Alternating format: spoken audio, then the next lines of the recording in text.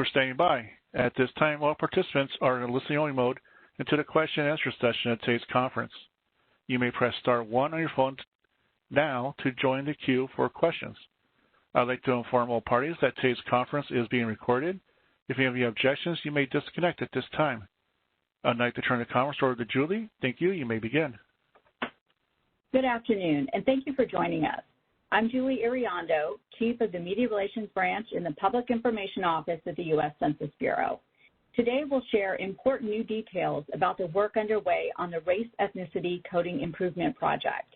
The Census Bureau follows race and ethnicity data guidelines, standards set by the U.S. Office of Management and Budget. This is otherwise known as Statistical Policy Directive 15 or SPD 15. The proposed Race Ethnicity Code List aligns with these standards and informs how data are tabulated for the Decennial Census and the American Community Survey. Our presenters for today's webinar are Merarys Ríos-Vargas, Chief of the Ethnicity and Ancestry Branch, and Jessica Peña, Acting Chief of the Racial Statistics Branch. Both are from our Population Division. Immediately after their presentations, we'll begin taking your questions on the phone line. Please note we are only taking questions related to today's webinar. And if you already know what you'd like to ask, you can join the queue now by dialing star 1. Without further delay, I'll now turn it over to Merarys.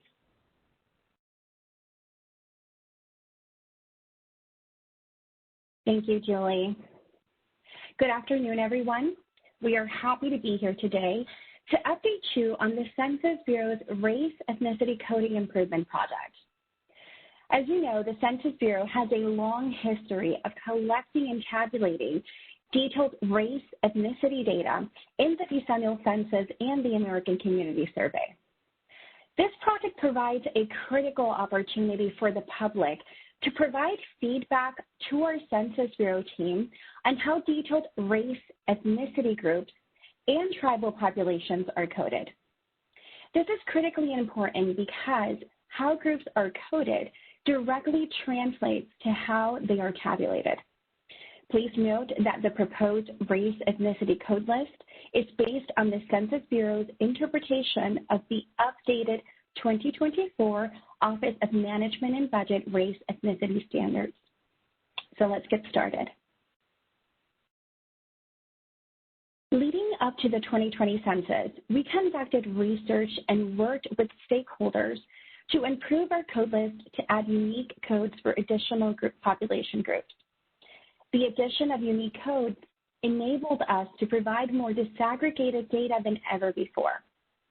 In 2020, we added hundreds of codes for all detailed groups to help us better capture and present the broad diversity within these populations, some of which had not previously been coded and tabulated before in the decennial race question, such as white, Black or African American, and Middle Eastern or North African, or MENA.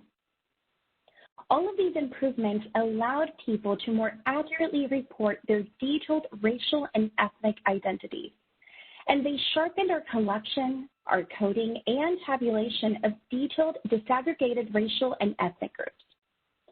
In the 2010 census, we processed about 55 million write-in responses. In 2020, this rose to 350 million people reported more detailed identities than ever before. This code list is crucial because it is the key input to the development of our data products, and input by you all and all our stakeholders is critical to ensuring our code list is accurate. What is the goal of this project? Well, the goal is to ensure detailed race ethnicity responses are accurately coded in the American Community Survey and the 2030 ACF, while providing a critical opportunity for the public to provide feedback. All updates must meet 3 criteria: that there is a strong federal scientific research and evidence to support the update, that stakeholders' feedback supports the update, internal or external, and that the update aligns with the definition of the minimum reporting categories in the SPD 15. Now, before we continue, as a refresher, a code list is used to provide a listing of all detailed responses to the race ethnicity question to show how they are uniquely coded and classified. The Race Ethnicity Code List contains thousands of detailed responses that must aggregate to a minimum reporting category. The proposed Race Ethnicity Code List will be organized in the following manner, with the graphic on the right providing us with an excerpt as a visual reference.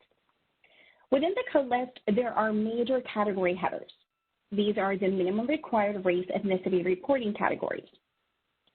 Here we see the minimum category Asian, which contains a range of codes from 4,000 through 4,999.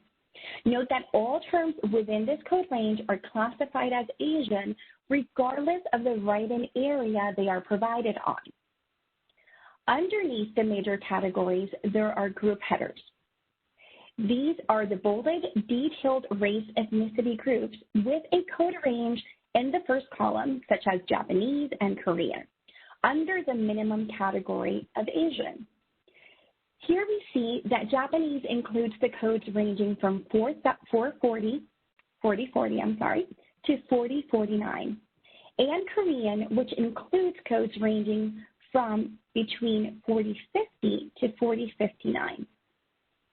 These group headers are eligible to be tabulated in many of our data products. For example, when we publish a count or estimate for the Japanese population, all of the terms included in codes 4040 through 4049 are reflected in that final count or estimate. The code descriptions are the individual terms that are listed underneath the group headers. These are indicated with a single 4-digit code in the first column. These include unique codes for the detailed checkboxes on the form, such as Japanese checkbox and the Korean checkbox. Code descriptors can also include multiple terms with different codes under the same group header. For example, Ainu is code 4041, and Okinawa is code 4042, and both are listed under Japanese. These codes recognize distinct identities that have been reported in previous decennial censuses or the ACF. Now, what types of terms are included on the code list? As previously mentioned, the code list includes thousands of terms, including abbreviations, and the codes assigned to them. These terms represent a variety of different race ethnicity responses, including nationalities, transnational groups, ethno-religious responses, subnational ethnic groups, pan-ethnic terms, broad geographic terms, terms indicating multiracial, multi-ethnic responses, federally and state recognized tribes and villages, unrecognized tribes, and general terms for tribes in the United States, Canadian First Nations and Central and South American Indian groups. On the other hand, what types of terms are not included on the code list? There are many types of responses that people may report in the race ethnicity question that are not coded as a race ethnicity response. These include responses such as protest responses, nonsensical responses, responses that do not represent a race ethnicity or tribal population. Not shown on the code list are terms we assign invalid codes to, such as state names. These invalid codes may be used during processing before they are removed. For example, during processing of the 2020 census data, if the state name Kansas was reported next to Potawatomi, we were able to transform this response into the more specific response of Prairie Band Potawatomi Nation. In the next few slides, we will take a look at some examples on the code list. The first excerpt from the Race Ethnicity Code List that we will look at is for the Coeur d'Alene tribe. As we mentioned, the Race Ethnicity Code List includes federally recognized tribes, state-recognized tribes, and unrecognized tribes. Coeur d'Alene tribe is an example of a federally recognized tribe coded within the American Indian and Alaska Native minimum reporting category. You'll notice that there are multiple variations of the tribe's names listed. You'll notice that we can see such as Coeur d'Alene Tribe, and Coeur d'Alene Tribe of Indians. The native name of the tribe, Skitswish, is also included. Leading up to the 2020 census, our research, along with consultations with tribes, concluded that all of these terms represent the Coeur d'Alene tribe. So all of them receive the exact same code in the code list. Next, we'll look at all the detailed groups for Japanese, or at the detailed group of Japanese, which is a detailed race ethnicity group within the Asian minimum reporting category.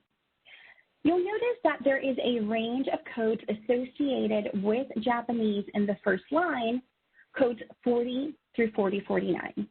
This means that all of the codes in this code range are included in the Japanese detailed category.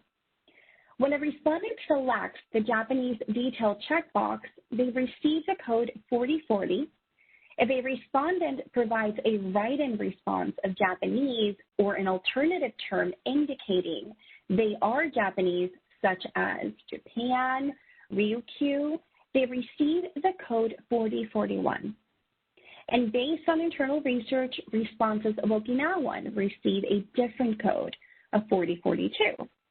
However, responses of Japanese, whether through checkboxes or write-ins, and responses of Okinawan are included in the overall Japanese detailed category. In the last row, you see there are not used codes. These codes are not currently assigned to any term, and they are in the code list as placeholders in the event that a new term or code needs to be added to the code list in the future. I'll now pass the presentation on to Jessica. Thank you, Merari. In the next few slides, I'll be walking through how the code list is used for tabulation, the timeline for the research project, demonstrating how to navigate the proposed race ethnicity code list, as well as how you can provide feedback through the SRN. As mentioned, I want to take some time to walk through how we use the code list and why public feedback is so important to ensure an accurate count for specific racial ethnic groups, tribes, or native village population groups.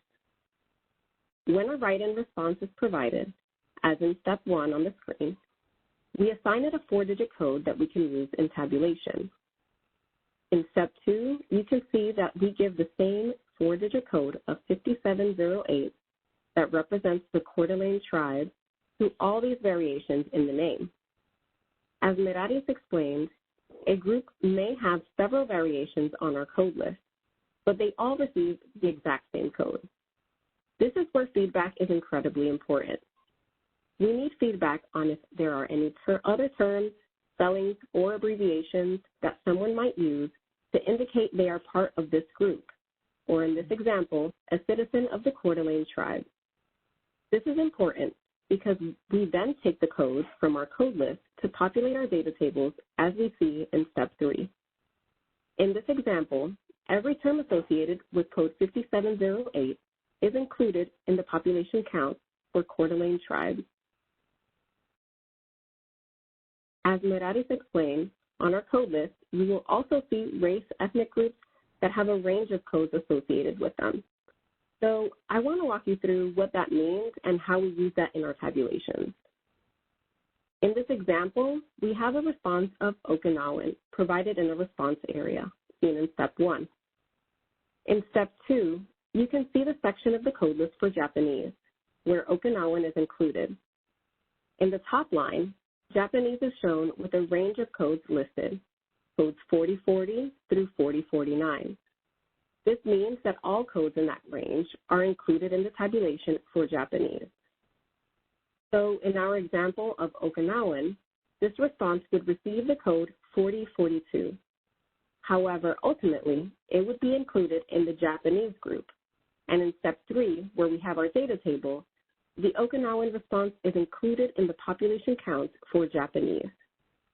So why do we give Okinawan a unique code if we're just going to tabulate it as Japanese?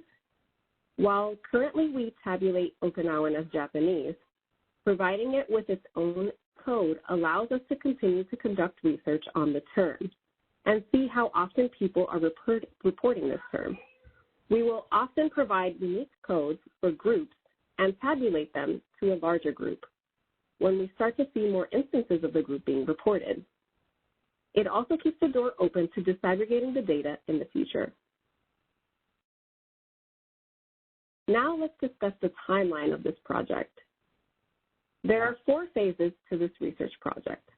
The next few slides will provide an update on where we are and next steps. Phase 1 is now completed. This includes internal research only. We are ready for public and stakeholder feedback on our proposed race ethnicity code list. In the initial phase, as shown on the screen, our research team conducted internal research and investigated the results of the 2020 census. They reviewed terms reported for the first time in the 2020 census, in which write-in areas terms were reported, and which checkboxes were selected when terms were reported. The results of this internal research was used to update the 2020 census Hispanic origin and race code list and develop a proposed race ethnicity code list. Currently, we are in the second phase of the project. In phase 2, we published a Federal Register notice yesterday seeking feedback from the public and stakeholders on the proposed race ethnicity code list, and will be conducting related outreach. During phase 3, after we receive all feedback, our race ethnicity research team will carefully review it and develop a summary of all the feedback received. And during phase 4, once all updates resulting from public and stakeholder feedback are implemented, we will continue to make updates as necessary. We'll discuss further in the next few slides. For phase 2, the Census Bureau published a Federal Register notice seeking feedback on the proposed code list yesterday. Please note that the public comment period ends on February 18, 2025. We are asking you to share the FRN with your stakeholders, and we're seeking feedback on any terms or groups that are missing, how groups are classified, alternative terms for groups on the proposed code list, and the utility of regional groups. This 90-day period will be the primary opportunity this decade to provide feedback on the race ethnicity code list. We know the beginning of 2025 seems early for feedback, but we will need to finalize the code list in order to implement in the 2027 American Community Survey. Getting feedback now ensures that all changes are implemented in time for data collection. As a result, we will not be accepting feedback after the FRN deadline. We plan to conduct tribal consultations and additional outreach during the FRN comment period. In this slide, we share an excerpt of the FRN questions for which the Census Bureau is seeking feedback from the public. First, are there any groups missing from the proposed code list? If so, please identify them and suggest how the groups should be classified and why. Second, are any groups on the proposed code list misclassified? If so, please identify them and suggest an alternative classification or indicate if the term should be removed. Third, are there alternative terms, abbreviations, or in-language terms people may use to identify with a specific group that should be added to the proposed code list? If so, please identify them and suggest a classification. Now, before I get to the last question, the 2020 Census Race Ethnicity Code List was organized into regional categories. For example, Chinese and Japanese aggregated into East Asian. And counts for these regional categories were published in the 2020 Census data products. Based on stakeholder feedback and the challenging nature of categorizing groups into regional categories when the boundaries are not clearly defined, may change over time, or may overlap, the Census Bureau is proposing to remove its definitions and concepts of regional categories so that data users would have more flexibility to create their own regional categories using the disaggregated data. In the FRN, we are asking, how do you use the data produced for regional categories from the 2020 census? And would removing regional categories from the code list and tabulated products impact your ability to use the detailed race ethnicity data? To find out how the Census Bureau classified regional categories for the 2020 census, access the 2020 Census Race Ethnicity Code List using the link provided in the FRN. Here we have a screenshot of the proposed Race Ethnicity Code List that you can access via the FRN. I'll now switch over to sharing my screen and show the FRN, the proposed Race Ethnicity Code List, and how to submit a comment.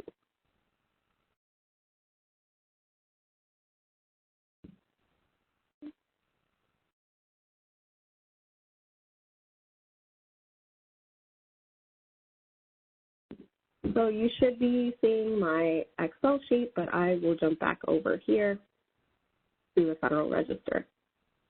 So again, this is the Federal Register notice. This is what you'll see when you access the Federal Register notice. I'll scroll down, and here you'll see instructions for submitting a comment, but all the way at the bottom, you'll see a link to access the code list. When you click this link, it'll bring you to this landing page. So here you'll see an Excel file, and you'll want to click this file and download the file. It might look different on your browser, but it'll be in your downloads file. Let me open up the code list. So the proposed Race Ethnicity Code List is an Excel file separated into different tabs located along the bottom. As you see here, we have the README tab, a tab for white, Hispanic or Latino, Black or African American, Asian, AIAN, MENA, NHPI, some other race, ethnicity, and multi-code terms. But I'll go over what this means in a second. So again, as a reminder, the code list reflects the Census Bureau's interpretation of the Office of Management and Budget's SPD-15 definitions. We recommend that you start off at this README tab. This tab provides the definitions of the major reporting categories the Census Bureau is required to use, as well as the description of the proposed multi-code terms list. Here, so you'll also see the full written out names of the ones that are abbreviated along the bottom, the different groups that you see, and you'll also see a written description of how to interpret and understand the contents of this Excel file. Now, Merarys and I have covered much of this information in today's webinar. Further down, you'll also see a link to the Random Samplings blog with more information. So as we mentioned, the code list reflects the interpretation of the standards. So all of the terms that are listed in each of these tabs, so all the terms listed under the white tab are all classified as white, regardless of the write-in line that they're provided on. Now, I'll show you Hispanic, for example. I'm going to take you down here and show you an example of Costa Rican. So Costa Rican receives the code 2100, and it's located in the Hispanic or Latino tab. And all the terms, again, under the Hispanic or Latino tab are classified as Hispanic, regardless of the write-in line where that response is provided. However, we are currently finalizing our coding procedures, and if you identify terms that are incorrectly classified and you have supporting research, please respond to that FRN and provide a comment. So now what's new for this code list is this multi-code terms tab. Now, the multi-code terms tab includes terms that are classified within two major race ethnicity categories. This tab is largely in response to stakeholder feedback that certain terms should not be located in only one section of the code list. This tab shows the terms that indicate identities that cross major race ethnicity categories. The Multicode Terms tab contains 3 columns. The Terms Reported column, which lists terms that are classified within 2 major race ethnicity categories. The Classified As column in the middle that shows how terms in the first column will be classified, and the Final Major Categories column, which lists the race ethnicity categories of the given response. You'll notice that there are some terms with a superscript 1 next to them and others without a superscript 1. And throughout the code list, there are terms that have a superscript 1 next to them. These indicate that along with being in the designated race ethnicity tab, the term is also listed on the Multicode Terms tab. So let's take a look at what that looks like.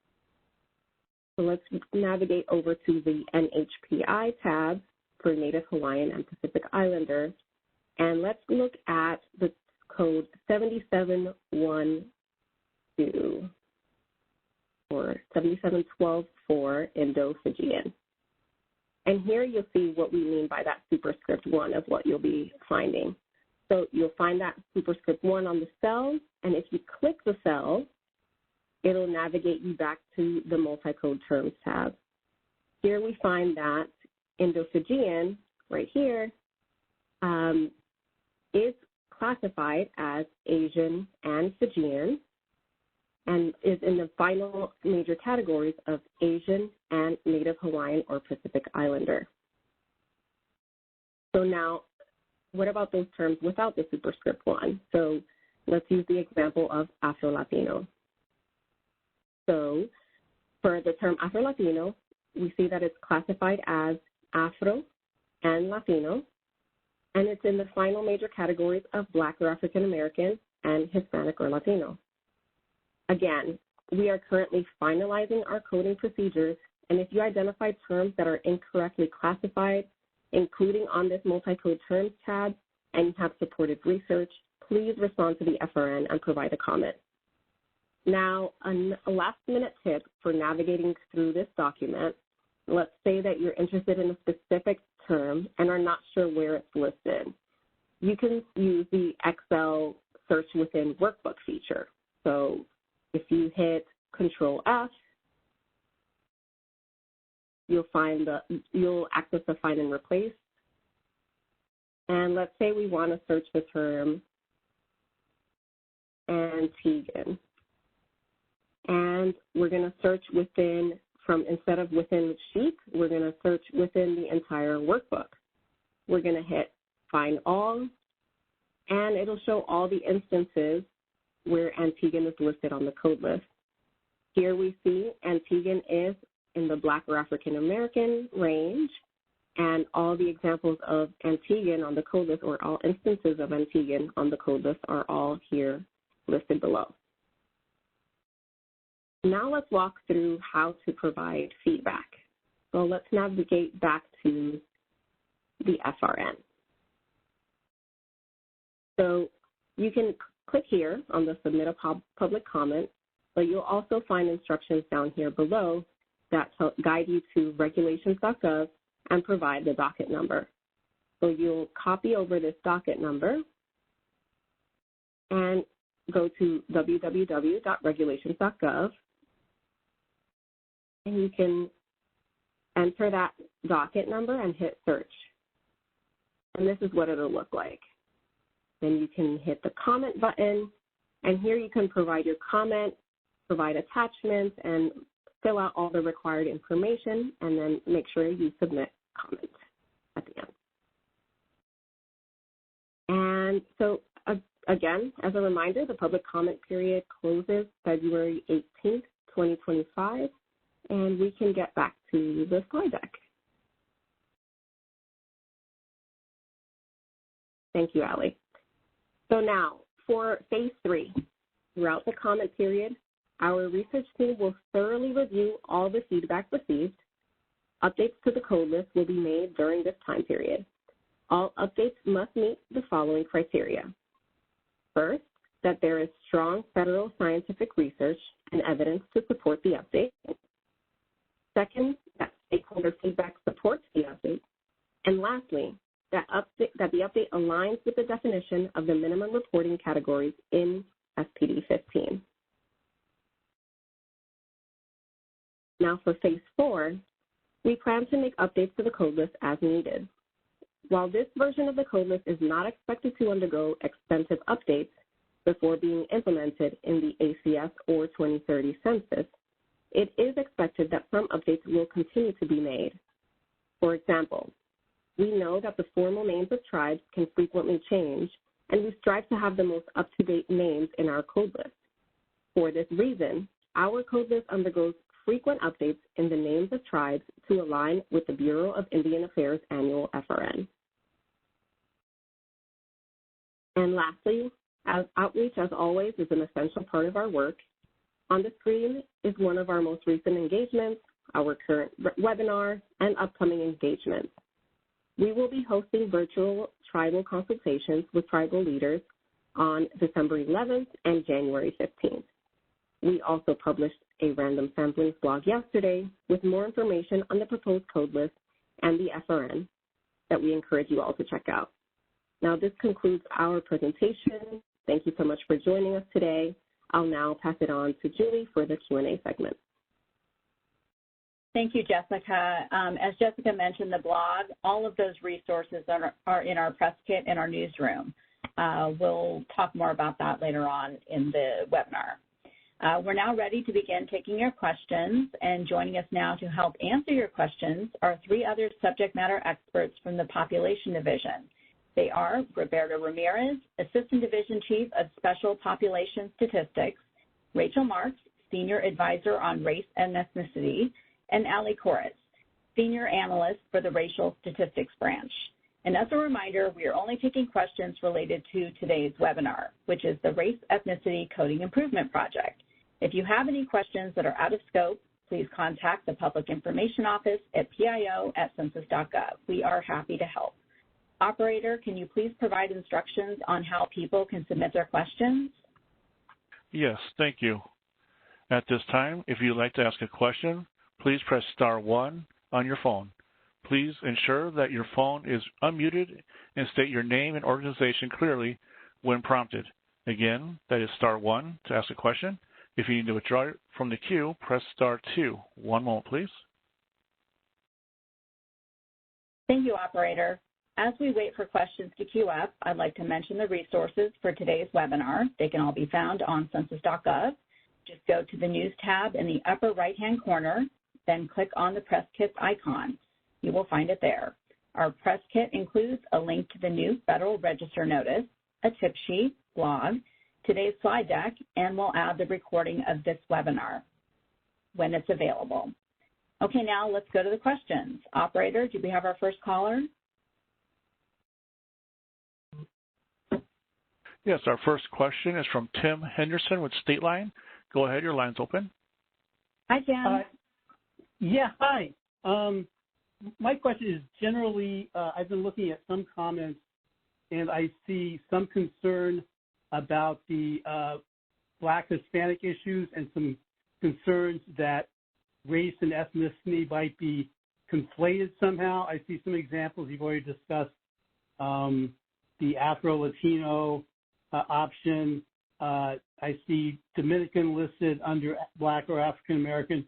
Are those the kinds of things you're doing to address those concerns, or is there anything else you'd like to say about that? Jessica Merarys, would you like to take this one? Yeah, sure. Dominican is listed on the Hispanic code range. I just wanted to offer that clarification. So okay. We just practice basically what OMB standards dictate on the definition. So an Afro-Latino response is classified as both Black and Hispanic, in that Latino is listed under the Hispanic code range, and Afro is a Black or African American term.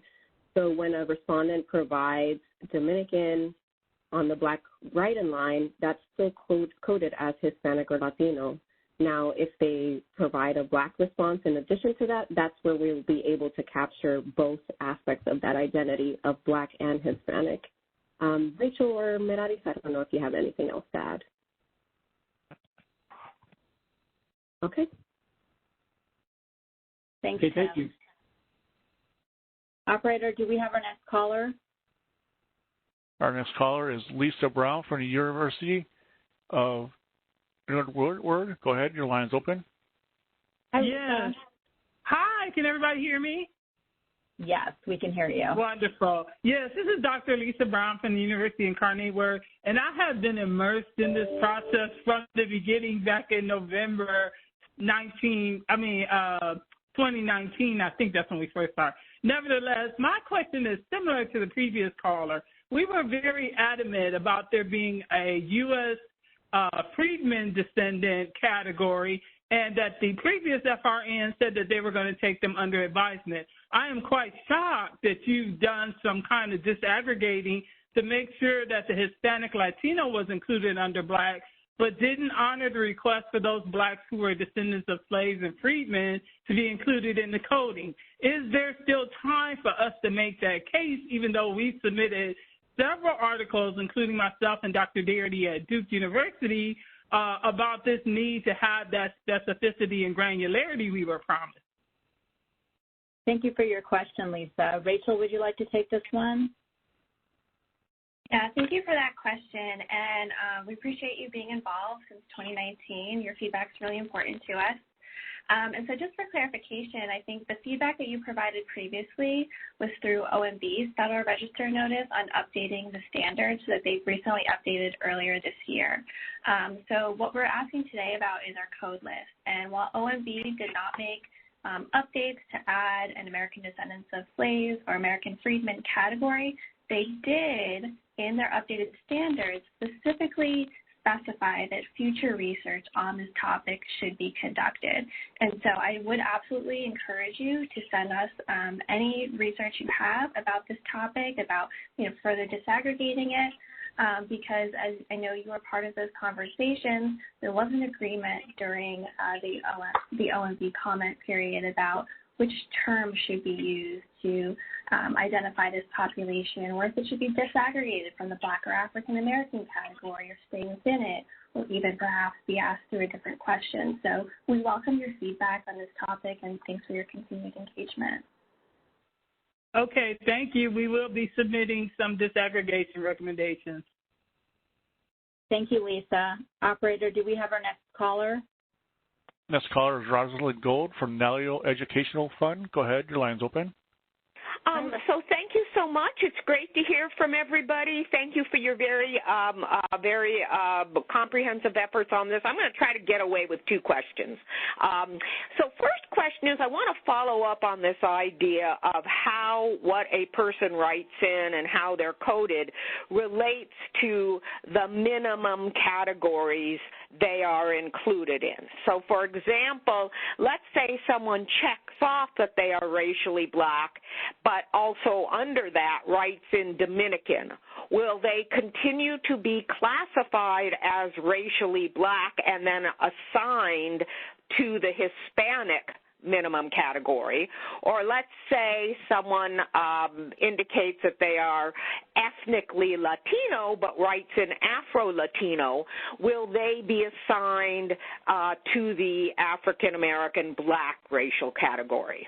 And the second question is, can we request listening sessions beyond the stakeholder engagements that you're making available?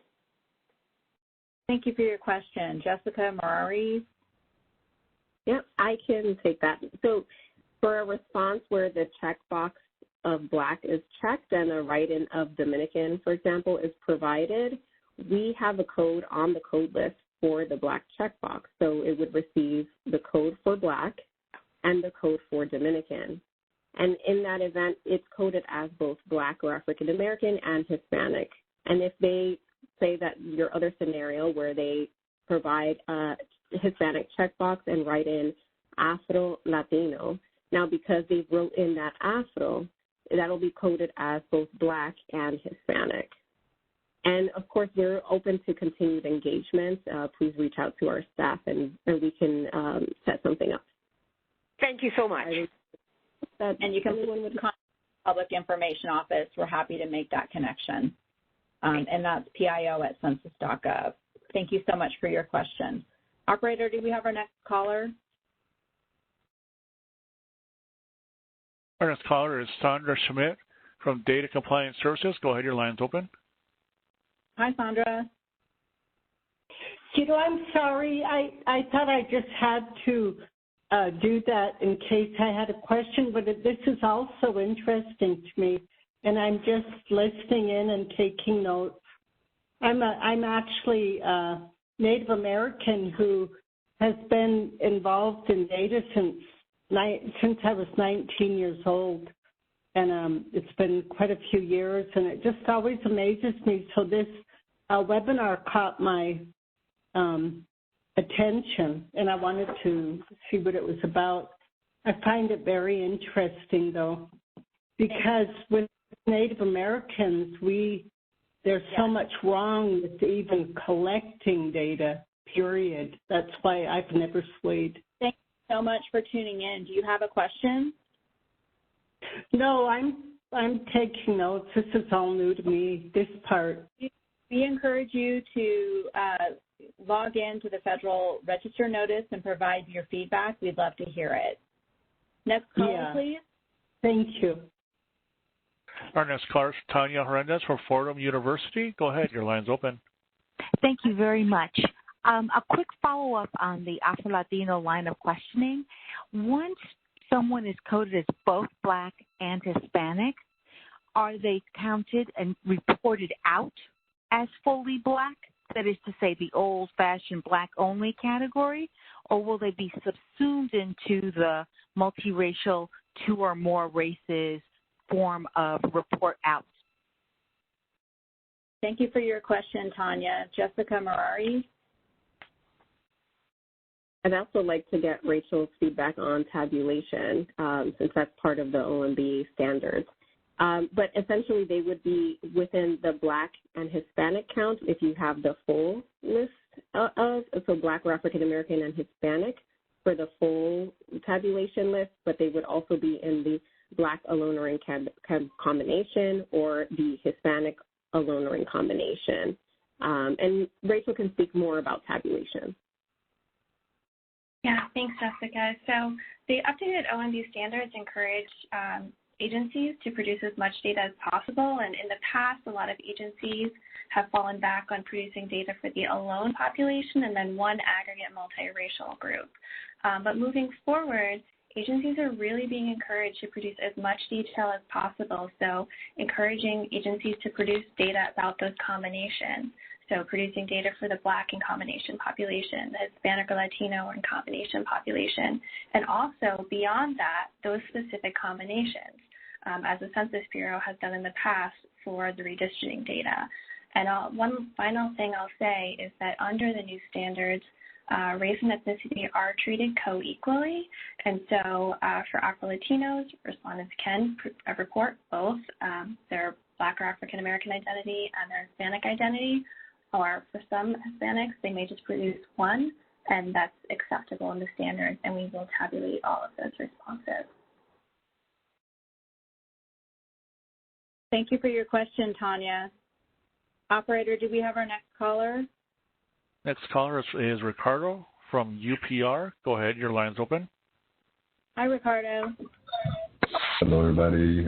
It's Ricardo from UT Austin. Can you hear me okay? Yes, we can hear you. Yes.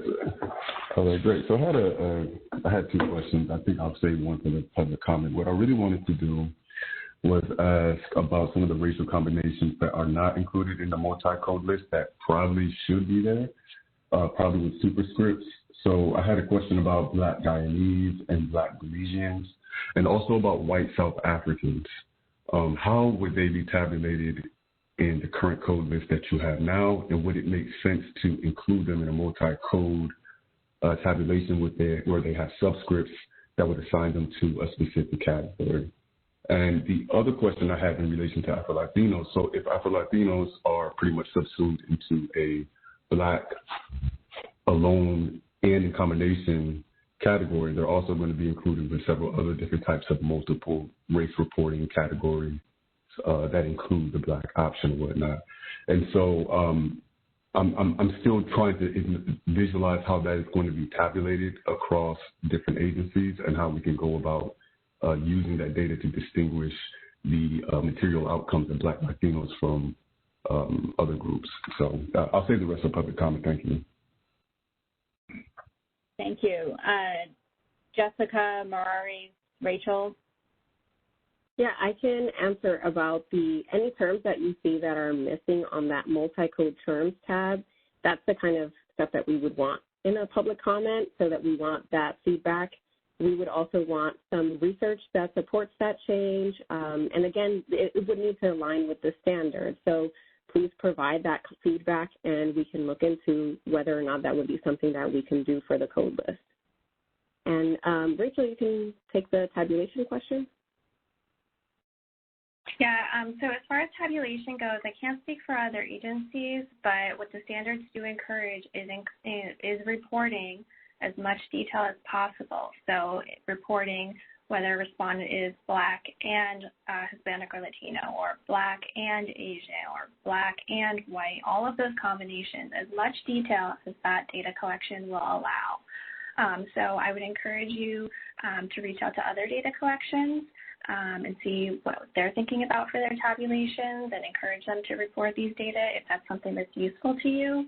As far as census goes, we have reported these types of combinations in the past, and will continue to do so. Thank you so much for your question. As we wait for the next questions to queue up, I'd like to note a few of our upcoming major releases. On December 5th, we'll release the geographic area statistics as part of the 2022 economic census. These data will provide detailed industry statistics by geographic area for employer businesses in the U.S. This includes states, counties, metropolitan, and micropolitan statistical areas. On December 10th, embargo access begins for the American Community Survey 5-year estimates. For information on how credentialed media can get access, please visit the newsroom on census.gov. The public release for the ACS 5-year estimates will be on December 12th. And on December 19th, we'll release the Vintage 2024 population estimates for the nation and states, Puerto Rico, components of change in voting age population.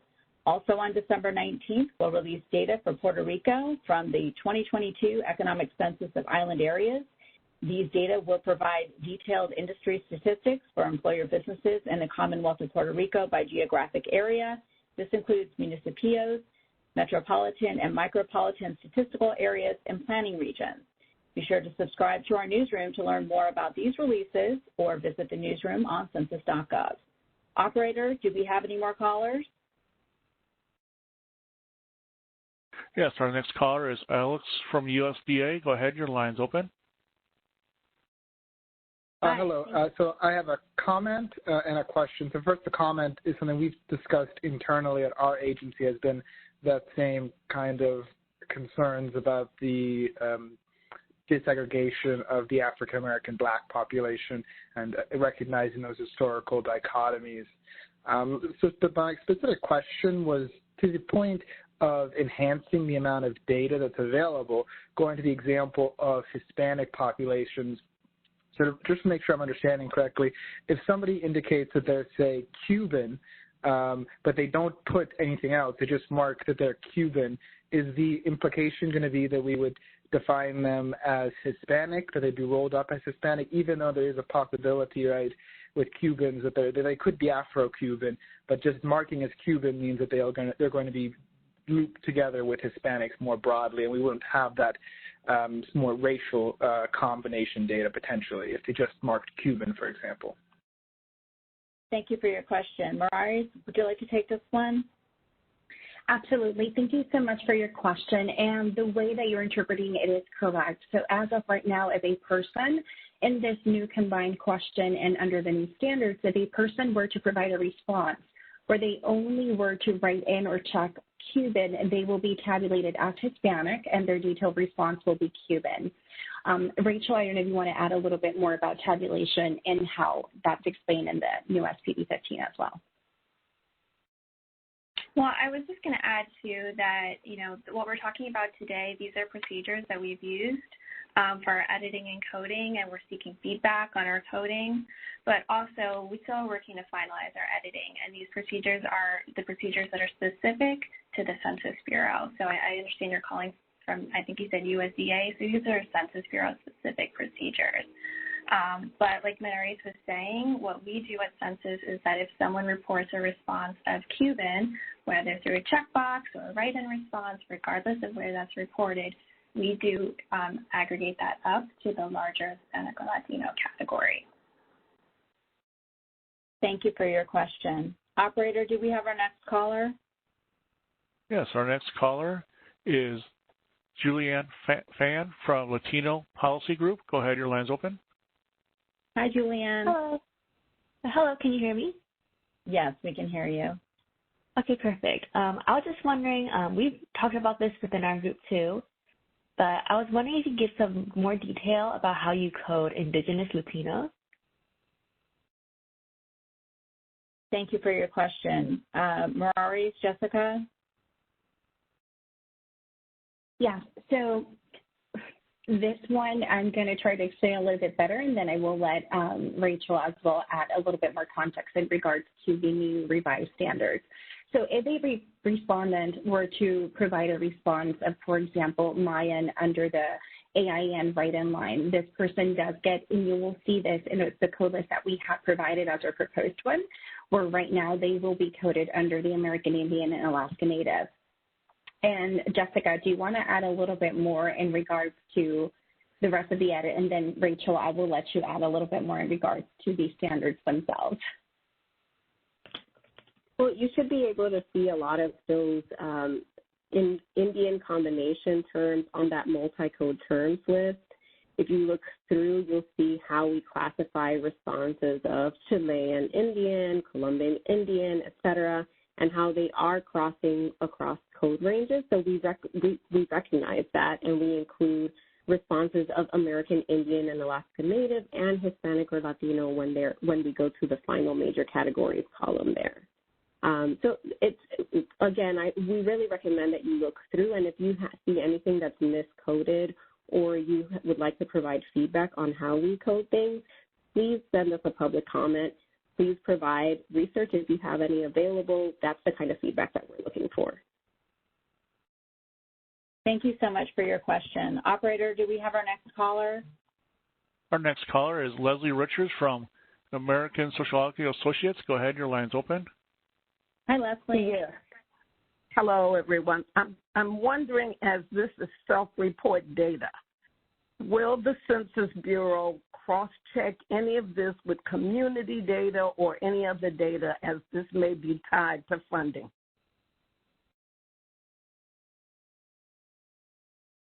Who would like to take this one? Sure, I will take that. So thank you for your question. So no, we do not cross-check or validate anybody's response. It's all based on self-response. So we do not compare it to other data sources and change someone's response, for example. So we just code and tabulate what people indicate and what they write in and what they check. But we do not go and validate it in any way with any other data sources. Thank you for your question. Operator, do we have our next caller? Next caller is Margaret Lowry from Iriondo American Institute. Go ahead, your line's open. Hi, Margaret.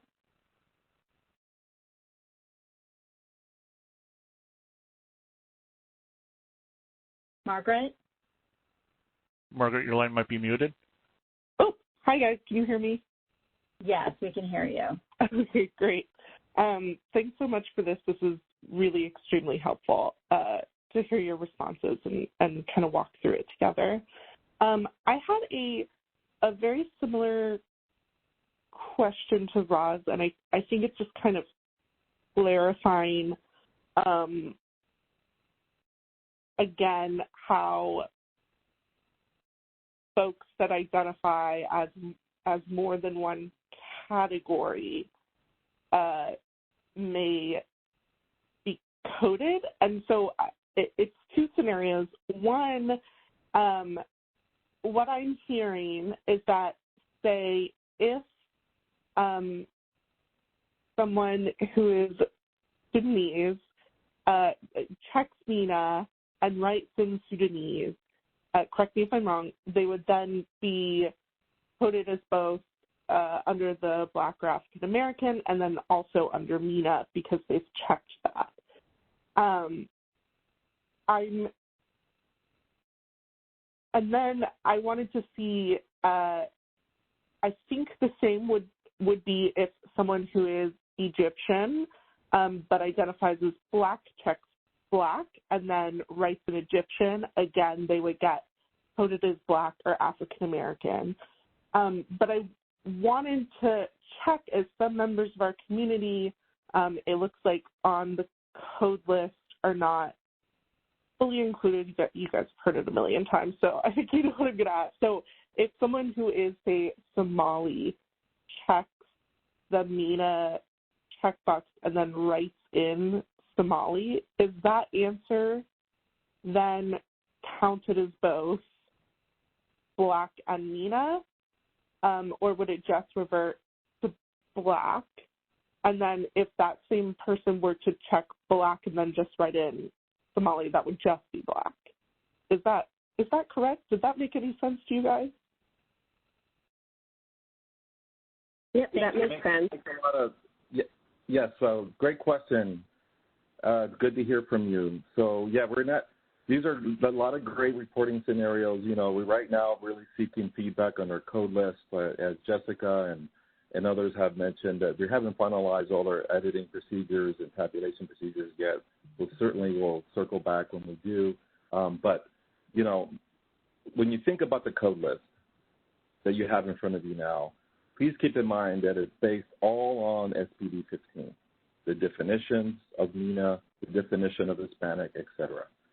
What's great and what testing have shown on the combined question that we're planning to implement in the ACS and in the 2030 census allows for, you know, mark more than one. You can select MENA, write in Black, check Black. In the case of someone who's Egyptian, for example, as you mentioned, they is part of the MENA definition, right? So if they write in, check MENA, write in Egyptian, and check Black, they will be both Black and MENA, and they will be tabulated as such. And so, you know, these are good questions. Right now, our main focus right now is like the backbone of our data product, which is the code list. You have a great opportunity now to look at the code list that really serves as the background of all our data products, if you will, and the classification for SPD 15, not only, you know, for all the individual codes. So we're really looking forward to your feedback. So thank you so much for your question. Yeah, and thank you. I understand that. I think I'm looking for ways to help our community find themselves in the code list and know how to check. So it's very helpful to hear that those scenarios. Yeah, that's one that, you know, we are very, and yes, and testing have shown, especially members of the MENA community, they're finding themselves in the combined question. We have a separate response category there. And, of course, all the individual boxes is there for all the major MENA groups. But if they don't, they can also write it in as well. So we're very excited about that. So thank you for your comments. Thank you so much for your question and comments. And that will be our final question. If you have additional questions after today's event, please reach out to the Public Information Office at 301-763-3030 or email us at pio@census.gov. And as a reminder, you can find resources from today's webinar in the Race Ethnicity Coding Improvement Project press kit. I'd like to thank today's subject matter experts for taking part: Merarys Ríos-Vargas, Jessica Peña, Roberto Ramirez, Rachel Marks, and Ali Cortez. And thank you for joining us. I'm Julie Iriondo. Have a great rest of your day. That concludes today's conference. Thank you for participating. You may disconnect at this time.